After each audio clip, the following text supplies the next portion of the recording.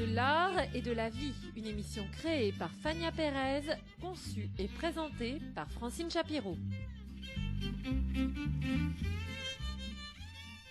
Bonsoir. Nous allons évoquer ce soir, pour la dernière émission de l'année civile, une exposition habituelle pour 3 raisons. D'abord, c'est une série d'installations. Ce sont des installations. Ensuite, elle se tient dans un lieu très particulier de Paris. Enfin, ce lieu réunit les fidèles d'un mouvement philosophique longtemps réputé pour sa discrétion. Pour présenter cette exposition, aux 3 aspects si particuliers, j'ai donc auprès de moi, ce soir, 3 invités. D'abord, l'artiste Yveline Wood, la créatrice de l'installation Mémoire en flammes. Yveline, bonsoir. Bonsoir. Ensuite, monsieur Stéphane Secaldi, commissaire de l'exposition qui se tient dans l'atrium de la Grande Loge de France à Paris et conservateur du musée de la Grande Loge. Monsieur Stéphane Secaldi, bonsoir. Bonsoir. Enfin, monsieur le grand maître Alain-Noël Dubar, grand maître actuel de la Grande Loge de France, qui nous a fait l'honneur ès-qualité de participer à cette émission. Monsieur Jean-Noël Dubar, bonsoir. Bonsoir à vous, bonsoir à tous. Et merci à tous 3 d'être venus dans les studios de Radio Judaïque FM. Ma première question sera pour l'artiste Yveline. D'abord, pourriez-vous, pour nos auditrices et nos auditeurs qui ne l'ont pas encore vu, décrire les différents éléments de votre installation ou de vos installations? Alors, mon travail d'artiste plasticienne s'enracine dans l'histoire du XXe siècle, dont parfois je n'ai pas été témoin, mais j'ai hérité de cette histoire. Et mon travail est un travail penché donc sur cette mémoire, et en particulier sur la mémoire de la Shoah, en tous les cas dans les œuvres que je présente actuellement au musée de la Grande Loge de France. Les installations que je présente ont tout un lien commun, c'est qu'elles se présentent sur des rails de chemin de fer, de véritables rails de chemin de fer, de ballast et de traverse. D'ailleurs, ce sont des matériaux qui m'ont été fournis par les chemins de fer suisses. Donc, elles évoquent, bien entendu, l'horrible, l'indicible, la déportation. L'une de ces installations qui a donné le titre à l'exposition, Mémoire en flammes, qui est également le titre The Last Journey, donc le dernier voyage, est composée d'une empilation de livres. Maintenant, je pense qu'il y a plus de 1000 livres. C'est une installation que je dois refaire à chaque fois que l'œuvre est présentée. D'ailleurs, je dois dire que c'est la première fois que l'œuvre est présentée à la Grande Loge de France. Et cette installation comprend donc des livres datant de la Seconde Guerre mondiale, des documents, des archives que j'ai collectés. Certains m'ont été prêtés par des galeristes. Et ces livres sont la mémoire vivante de la déportation. Et en fait, il s'agit d'un bombardement d'informations historiques évoquant donc le dernier voyage. En fait, c'est un autodafé, juste avant les flammes. Cette installation est l'installation, comme je l'ai dit tout à l'heure, qui a donné le titre, mais il y a d'autres œuvres qui sont présentées. Je travaille le plomb depuis de longues années, donc ce matériau chargé d'histoire lui aussi, de rêves parfois, de fantasmes, mais moi je l'utilise, je lui donne une autre âme. Et notamment, j'ai créé des fleurs à taille humaine, qui sont un peu l'allégorie des jeunes filles qui se trouvaient dans les camps. Et ces fleurs à taille humaine, certaines sont installées sur des rails de chemin de fer, elles portent des tatouages. Des numéros. Des numéros, donc des tatouages. Et le titre de l'une de ces installations est l'espace d'un instant. L'espace d'un instant fait référence au poème de François Malherbe. Et Rose, elle a vécu ce que vivent les fleurs, l'espace d'un instant. Donc le titre est ambigu. Et en fait, on ne sait pas où sont ces jeunes filles, si elles sont encore dans la vie. Il y a d'autres installations. Il y a une sculpture monumentale, mais je vous invite à venir les découvrir.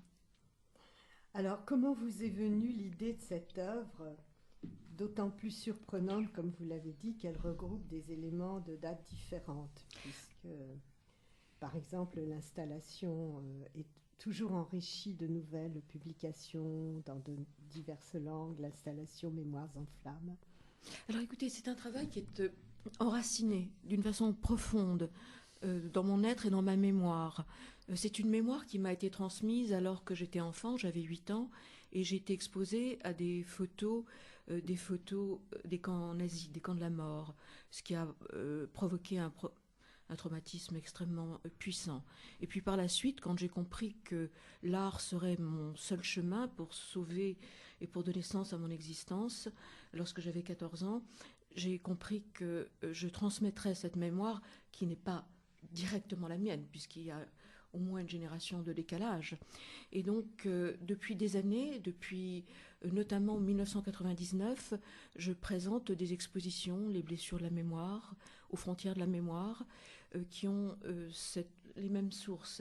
Et ces expositions ont été présentées aux Nations Unies et également avec le soutien du Haut Patronage, au Commissariat des droits de l'homme et diverses fondations. Donc, ce travail n'est pas uniquement ancré dans la mémoire de la Shoah, parce que je suis un témoin vivant de ce qui se passe dans le monde. Notamment, j'ai réalisé un film que j'ai commencé en 2000, qui est constitué d'archives d'agences France Presse, où j'ai eu des archives papier, ce qui est un privilège, puisque dans l'ensemble tout est numérisé. Et à partir de ces archives, j'ai monté un film qui s'appelle L'amour de la haine. C'est une référence à la psychanalyse et à Freud. Mais dans ce film, L'amour de la haine, on passe des camps les plus abominables, ceux qui sont le fruit d'une organisation que nous connaissons tous, les camps de la mort, et nous passons aussi sur les grands traumatismes du XXe siècle. Voilà, ce que je veux dire, c'est que la haine n'est pas éteinte, nous en avons des preuves tous les jours, et que la vigilance est absolument indispensable, et c'est ce que je souhaite transmettre à travers mon travail. Je n'ai pas choisi le chemin le plus facile, mais je suis là pour témoigner. Merci. Nous allons marquer une pause avec musicale que vous avez choisie et qui est chargée de sens. Je vous laisse présenter ce morceau puisqu'il s'agit des Forbidden Music. Alors, je vous laisse dire. Alors oui, j'ai choisi d'abord une musique que j'écoute très fréquemment à l'atelier. C'est une musique qui est absolument magnifique, malheureusement qui a fait partie des Forbidden Music et qui a coûté la vie aux musiciens qui sont présentés. Et j'ai choisi un morceau de Klein, en prononciation américaine, qui font partie aussi de mes origines. Et ce morceau évoque un petit peu, c'est de la même mouvance que la musique de Stravinsky. Et malheureusement, c'est un musicien qui a terminé son parcours à Auschwitz.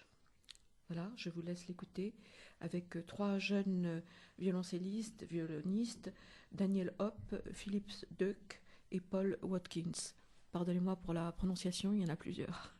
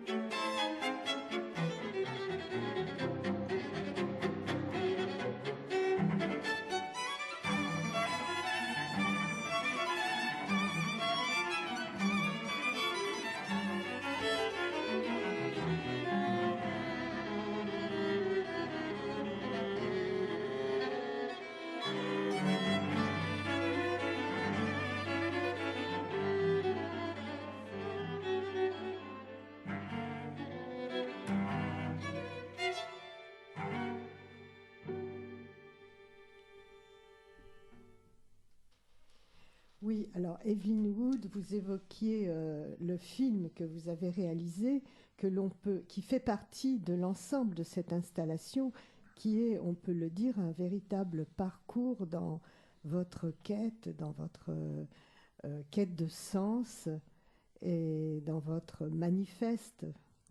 Est-ce qu'on peut utiliser ce terme contre la haine, la violence, dans le cadre de l'atrium du musée de la Grande Loge, puisqu'on peut voir ce film. On est accueilli par votre installation. Enfin, pouvez-vous décrire le parcours? Oui, alors quand on est accueilli, quand on rentre à la Grande Loge de France, il y a des fleurs qui sont les survivantes. Elles sont malgré tout enchaînées, ce sont des fleurs en plomb à taille humaine, mais il y a un message d'espoir.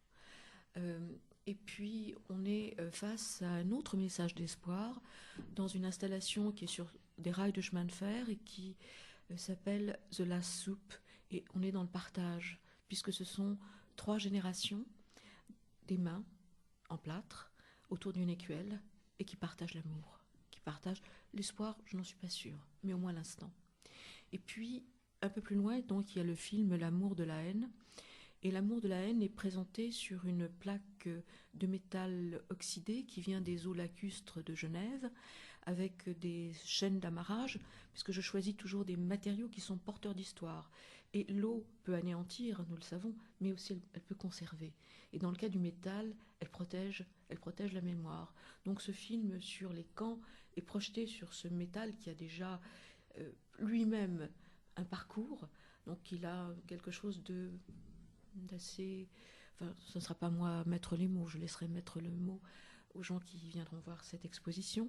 Et devant cette installation, il y a des bois pétrifiés qui datent de la protohistoire. Et ce sont des bois, j'ai participé avec l'Université de Genève au moment où on a retiré ces bois qui étaient les fondations d'une cité lacustre.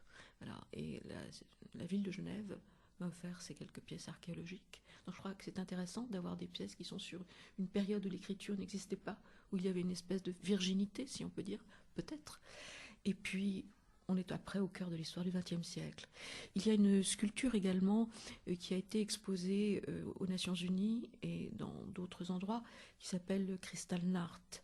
Et cette sculpture, qui commence à être une grande dame, puisqu'elle a déjà 10 ans, est aussi un témoin avec une certaine forme d'abstraction, un témoin de cette nuit de cristal. Et je dois dire que pour mon travail, j'ai souvent fait appel à l'agence France Presse, comme je l'ai dit tout à l'heure, pour avoir des archives, des photos, mais aussi j'ai travaillé avec des historiens de façon à documenter mon travail. Alors, quel sera le devenir après la fin de l'exposition l'exposition se tient jusqu'au 15 janvier à la Grande Loge de France. Quel sera le devenir de cette installation? En particulier, est-ce que vous avez envisagé de la reproduire sur enfin, que ce soit peut-être en gravure, en peinture, en photographie, pour laisser trace? Oui, bien sûr, parce que ce travail est très lourd, très difficile à installer, prend un espace très important et donc demande plusieurs journées d'installation. Donc la mémoire en sera une mémoire conservée par la photo. Et je prépare une exposition de photos, mais je vous en parlerai plus tard, qui se tiendra à Paris. Nous y reviendrons. Voilà, nous y reviendrons. Mais en attendant, il y a une installation qui sera présentée le 30 janvier avec la Viso pour le 90e anniversaire de la Viso. Ce sera donc à Paris, au Blanc-Manteau. Et le film sera certainement présenté. Alors, après une série de manifestations qui ont été organisées, nous allons en parler au sein même de la Grande Loge, des manifestations très symboliques. Et ce qui m'amène à la dernière question vous concernant, pourquoi avez-vous choisi de présenter cette œuvre à la Grande Loge de France? Eh bien écoutez, c'est le fruit d'une rencontre. Moi aussi j'étais intriguée, je ne savais pas ce qu'était vraiment la franc-maçonnerie, mais j'ai rencontré des gens avec lesquels j'ai eu des affinités immédiates, où nous partagions les mêmes idéaux. commun, désir profond d'humanisme et de tolérance. Et donc, j'ai été invitée à présenter cette exposition. Et le conservateur Stéphane Secaldi, je crois, tenait beaucoup à cette exposition qui touche aussi la franc-maçonnerie, puisque ce que j'ai appris en fréquentant les francs-maçons depuis bientôt 18 mois, c'est qu'eux aussi avaient été victimes du régime de Pétain. Leurs biens ont été confisqués et nombre de francs-maçons ont été déportés. Et je dirais qu'il y a réellement une passerelle. Il y a un point commun. Ce lieu est chargé d'histoire, de symboles aussi. Alors, je me tourne maintenant vers Monsieur Stéphane Secaldi, qui est donc le commissaire de cette exposition et le conservateur du musée de la Grande Loge. Alors, ma première question pour vous, je vous retourne celle que je viens de poser à Evelyne. Pour quelles raisons avez-vous décidé de présenter l'exposition Mémoires en flammes d'Evelyne Wood à la Grande Loge de France? Eh bien, bon, comme l'a dit Evelyne il y a quelques instants, effectivement, la rencontre est le fruit d'un hasard. Il y a une personne qui malheureusement nous a quittés il y a quelques mois et qui avait beaucoup œuvré pour la venue d'Evelyne dans nos murs, c'est Jean-Pierre Blanc-Dunant, qui avait pris ce projet à bras-le-corps, et on a énormément tenu, ne serait-ce que par mémoire de Jean-Pierre, à aller jusqu'au bout de ce projet. On y croyait nous-mêmes, hein, sinon on aurait abandonné en cours de route, c'est évident. Donc en fait, on a vraiment voulu que le travail qui nous avait été présenté il y a 2 ans maintenant quand même, hein, c'est un projet qui a mis très longtemps à mûrir. Il a fallu qu'Evelyne vienne plusieurs fois, regarde les espaces, les mesures, puisque c'est une installation quand même très importante en surface et en poids. Donc en fait, le projet, on a vraiment voulu qu'il aille jusqu'au bout. Et pour nous, ce projet, il est important parce qu'il amène un questionnement. Effectivement, Evelyne travaille sur la mémoire. Alors, il y a une mémoire historique. Il y a notre mémoire à nous aussi, interne à la Grande Loge de France. Le lieu est très chargé d'histoire, parce qu'il faut savoir que pendant l'occupation, il a été utilisé par une association de collaborationnistes. Hein, il a été utilisé pour ficher les noms des francs-maçons et essayer de les retrouver pour notamment les arrêter et éventuellement les déporter, même s'il n'y en a pas eu nombreux, mais il y en a eu suffisamment pour que malheureusement on s'en lamente et on s'en souvienne. Donc en fait, c'était vraiment très important que cette exposition ait lieu chez nous, et on s'est investi à fond parce que c'est pas non plus un projet neutre. Il a fallu un peu parfois faire violence dans la maison, puisque c'est vrai que le neuf effraie toujours un peu, et ça c'est ma manière un peu d'agir. J'aime bien faire remuer l'histoire de l'art, est là aussi pour faire réfléchir, et les œuvres d'art, les artistes sont là un peu pour provoquer les consciences. Vous parlez du neuf, vous parlez de l'art contemporain. Oui, absolument. Oui, nous avons un musée en fait qui est classique, qui est un musée d'histoire et un musée entre guillemets intellectuel, dans le sens où c'est l'histoire de la maçonnerie, de la franc-maçonnerie, l'histoire du mouvement avec des œuvres d'art, des documents papier, des portraits, du mobilier, des textiles, hein, des tabliers, des décors, ce qu'on entend classiquement par la connaissance de la franc-maçonnerie. On montre le mouvement, on l'explique au travers de ce musée qui a une collection permanente de près de 3000 objets. Donc on fait tourner les objets, on explique à tout public, puisque ça n'est pas ouvert qu'aux francs-maçons, c'est un lieu public. Oui, là c'est important, nous en parlerons avec Monsieur Jean-Noël Dubar. Ça m'amène à vous poser cette question de savoir comment les installations d'Evelyne Wood s'inscrivent dans l'ensemble des manifestations culturelles organisées dans les locaux de la Grande Loge de France à Paris. Alors cette question s'adresse aussi bien à Monsieur Jean-Noël Dubar qu'à vous-même. D'un point, je ne vais pas griller la priorité au grand maître, mais d'un point de vue organisation, donc nous avons nos fonds permanents qui sont dans les locaux du rez-de-chaussée et qui sont donc accessibles en temps normal. On les traumatise un petit peu par moment en enlevant certaines choses sur les murs, mais on a aussi toute une série d'activités qui sont un peu la promotion de la création contemporaine, pour montrer qu'on n'est pas un musée aussi figé dans le folklore, mais qu'on est une tradition. Une tradition, c'est vivant, ça bouge, ça évolue. Le folklore, c'est figé, ça ne bouge pas. C'est une vitrine et point final. Donc ça à mon sens personnel, ça n'a aucun intérêt, et je pense que je ne suis pas le seul à penser ça. Donc nous, on s'inscrit depuis une dizaine d'années dans une série d'expositions thématiques. On n'était jamais allé aussi loin qu'avec Evelyne Wood, ça c'est clair. On n'avait jamais osé franchir un tel pas. mais on a toujours montré des créations contemporaines, peinture, sculpture, et Dieu sait si la sculpture et l'installation sont compliquées pour le public, puisqu'on envahit un espace, on n'a pas un mur simple qui est à regarder frontalement. Là, on tourne autour, et puis il y a des choses au milieu, c'est plus difficile à appréhender qu'une peinture ou un dessin qu'on imagine facilement chez soi au-dessus d'un canapé. Une sculpture, ça envahit complètement un espace, y compris personnel, et là c'est beaucoup plus dur. Mais la programmation, elle est envisagée sur 1 an et demi, 2 ans à l'avance. Donc on a des événements dans l'Atrium, en général 1 ou 2 par an, au milieu des collections permanentes. Oui, ce qui a un sens. Ah oui, oui, tout à fait, puisqu'on dynamise complètement l'espace. Bon, en plus là, on retombe sur des événements en plus annexes à l'activité du musée, puisque nous avions le salon du livre maçonnique sur les premiers jours de l'exposition d'Yveline. Ça avait tout son sens, et c'est pour ça que l'expo avait été montée, avec notamment cette accumulation de livres, de savoirs refoulés, traumatisés, refusés.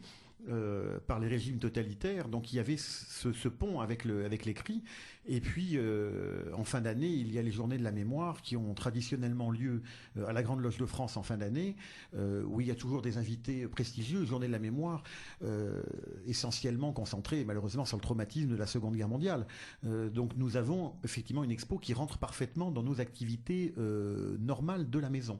Alors je dois dire, pour laisser trace, que vous réalisez de merveilleux catalogues. Je pense à celui que j'ai vu sur l'architecture maçonnique, et qu'il est prévu, il y aura un catalogue qui accompagne l'exposition d'Yveline Wood, également réalisé par la Grande Loge. Je me tourne maintenant vers Monsieur Alain Noël Dubar, qui est, rappelons-le, le grand maître actuel de la Grande Loge de France. Les francs-maçons, quelle que soit leur obédience, ont longtemps été réputés pour leur volonté de discrétion, voire de secret. Comment situer l'organisation d'une manifestation aussi ouverte au public que l'exposition Mémoire en flammes dans l'évolution de cette volonté de discrétion ? Bon, les francs-maçons sont des hommes de discrétion, mais ils ne sont pas que des hommes de discrétion. Ils sont des hommes de discrétion dans leurs réflexions, les réflexions qui sont menées au sein des travaux en loge maçonnique et qui nécessitent bien évidemment un certain secret dans la manière où chacun peut s'exprimer le plus librement possible. Il est naturel que ce que l'on dit dans une loge maçonnique ne transpire pas à l'extérieur. Par contre, les francs-maçons sont des hommes de leur temps. Ce sont des hommes de tradition avec un grand T, et la tradition, Stéphane vient de le rappeler, c'est quelque chose qui est vivant. Les francs-maçons ne sont pas des hommes qui sont dans des musées, ce sont des hommes qui ont une mémoire, et la tradition maçonnique, c'est de s'inscrire dans le progrès, dans l'évolution du temps présent. Le franc-maçon, à mon sens, doit être un honnête homme au sens de la Renaissance, c'est-à-dire un homme qui a un aperçu sur les sciences, la culture, la philosophie de son temps, et qui ne reste pas figé sur des sciences et des cultures de siècles précédents. Le franc-maçon a pour but de faire bouger la société, pas forcément par la Grande Loge de France en tant qu'institution, mais à travers la réflexion de chacun, et chacun a vocation à s'engager dans la société pour la faire évoluer de la manière dont il souhaite s'engager. Alors, homme de tradition, cela veut dire tout simplement que la franc-maçonnerie est inscrite dans le temps présent, est inscrite et s'intéresse à l'art contemporain, comme elle s'intéresse à la philosophie contemporaine, comme elle s'intéresse aux réflexions sociologiques contemporaines. En ce qui concerne l'art contemporain, bien évidemment, cette exposition est plus qu'intéressante. Je vais employer ce terme qui ne correspond pas exactement à ma pensée, parce qu'elle est tout à fait dans la démarche maçonnique. Il y a d'abord la mémoire de ce qui s'est passé et qui nous touche tous, que nous soyons francs-maçons, juifs ou non maçons ni juifs. Ça nous touche tous au plus profond de nous-mêmes. Et il y a en même temps quelque chose qui s'appelle l'espoir. Yveline, tout à l'heure, a fait référence aux fleurs à taille humaine qui symbolisent des jeunes filles qui sont sur la voie d'aller vers un camp d'extermination. Moi, j'y ai vu autre chose. Je vois qu'à travers le chemin vers le camp d'extermination, il y a quand même des fleurs qui poussent. C'est-à-dire que la vie est prédominante. Et il me semble que dans le tréfonds de la culture maçonnique, comme dans le tréfonds de la culture juive, il y a un appel irrépressible vers la vie. Nous n'oublions pas les morts, mais l'essentiel, c'est les vivants. C'est un très beau symbole. Et je crois savoir que vous avez été à l'initiative d'un centre culturel international. L'année dernière, nous avons effectivement mis en place un centre culturel international de la franc-maçonnerie qui n'a pas pour but uniquement de magnifier la franc-maçonnerie, mais qui a pour but de mettre en rapport la franc-maçonnerie, ses traditions, avec le monde moderne. L'année dernière, l'exposition à laquelle vous avez fait allusion sur de l'imaginaire au réel, une exposition d'architecture maçonnique, a été organisée par ce centre culturel. Je pense que nous organiserons régulièrement de nouvelles expositions, tantôt maçonniques, tantôt tournées vers l'art contemporain ou vers les conférences contemporaines. En ce qui nous concerne, il y a, et Stéphane y a fait allusion, chaque année et depuis très longtemps, sous le patronage, pas le patronage, sous la direction et la présidence de notre frère Gilbert Choulsinger, une journée de la mémoire, toujours en décembre, et qui a pour but de retenir la mémoire de ce qui s'est passé en ce qui concerne la Shoah et les camps de concentration.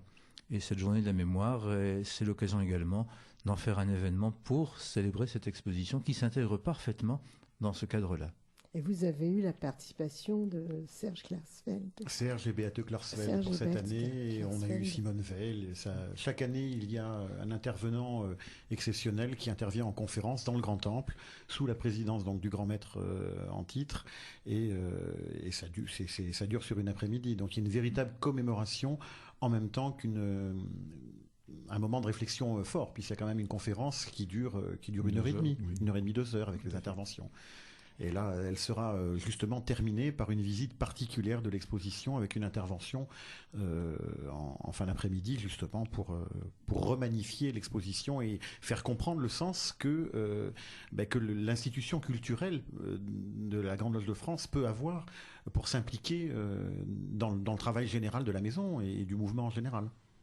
Alors nous allons marquer une seconde pause choisie par Evelyn Wood, qui est symbolique de cette renaissance, de cette vie que vous évoquiez. Yveline, vous avez choisi un groupe américain. Oui, exactement. J'ai choisi quelque chose que j'écoute aussi assez souvent, qui est Jewish Voice in the World. Donc c'est un groupe américain qui chante en yiddish, et j'ai choisi un passage qui s'intitule Shabbat Evening Liturgy.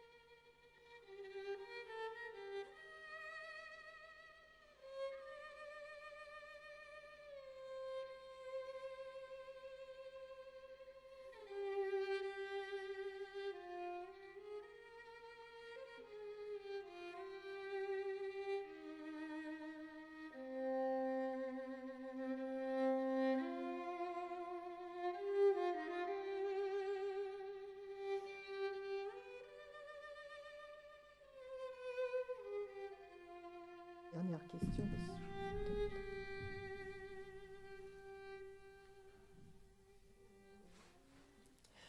Monsieur le grand maître, la plupart de nos auditrices et de nos auditeurs connaissent mal ou pas du tout la franc-maçonnerie et ses obédiences. Il nous reste très peu de temps, mais pourriez-vous, en quelques phrases, en résumer au moins l'historique, la raison d'être et le but ? En quelques phrases, cela va être un peu difficile, mais je vais essayer. La Grande Loge de France est une obédience tout à fait historique dans notre pays. Elle a été créée, la première Grande Loge de France a été créée en 1728, donc elle s'inscrit complètement dans l'évolution de notre culture, de notre civilisation, institution fondée sur les valeurs de la République et les valeurs de la laïcité. Elle rassemble actuellement dans plus de 800 loges 32 à 33 000 frères qui travaillent sur des sujets essentiellement symboliques ou de réflexion philosophique qui ont pour but de permettre à chacun de développer un comportement éthique dans la société et un humanisme moderne de notre temps, mais qui vient de l'humanisme de la Renaissance et des valeurs de la raison magnifiées par le siècle des Lumières. À travers cela, La Grande Loge de France a une vocation qui est un peu différente des loges qui, elles, s'intéressent à l'initiatique. La Grande Loge de France a pour vocation d'être en dialogue avec le monde non maçonnique et d'organiser des conférences, des expositions et de permettre à tous ceux qui ne sont pas maçons d'être au courant de ce qu'est la maçonnerie et de s'y intéresser et, s'ils le souhaitent, d'y adhérer. Donc, j'insiste sur le côté ouvert de vos manifestations au niveau des expositions.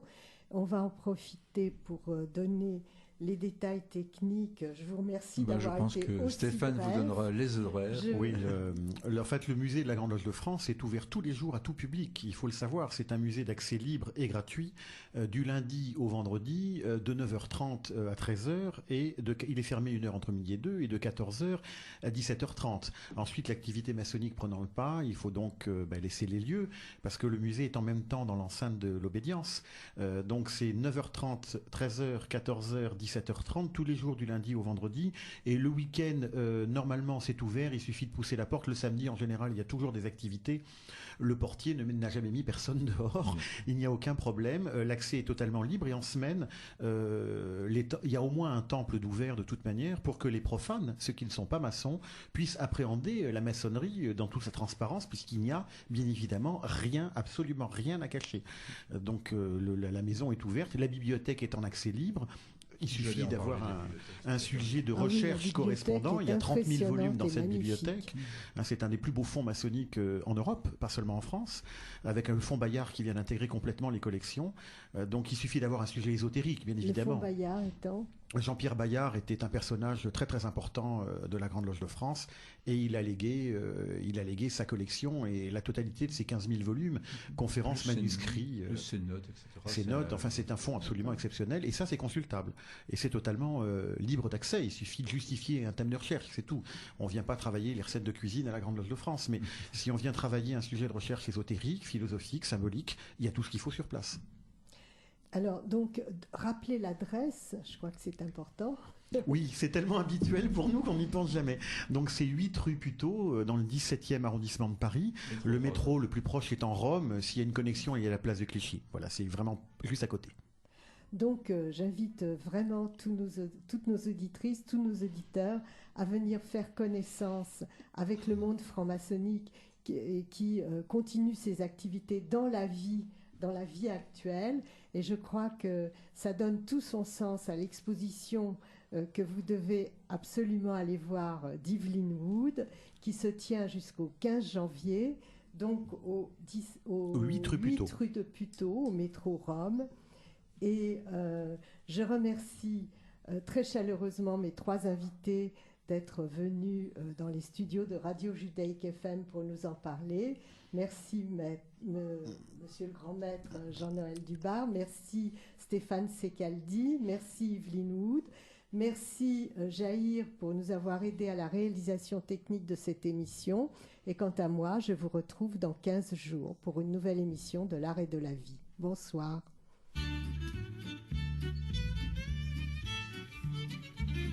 C'était De l'art et de la vie, une émission créée par Fania Pérez, conçue et présentée par Francine Chapiro, proposée par la Galerie Saphir et ses 4 espaces d'exposition. La Galerie Saphir au Marais, 69 rue du Temple, l'espace Armode Saphir Monceau, 69 avenue de Villiers, et en Bretagne, à Dinard et à Becherel. Ces 4 espaces sont ouverts du dimanche au jeudi. Pour tout renseignement, contactez le 01 42 72 61 19 01 42 72 61 19.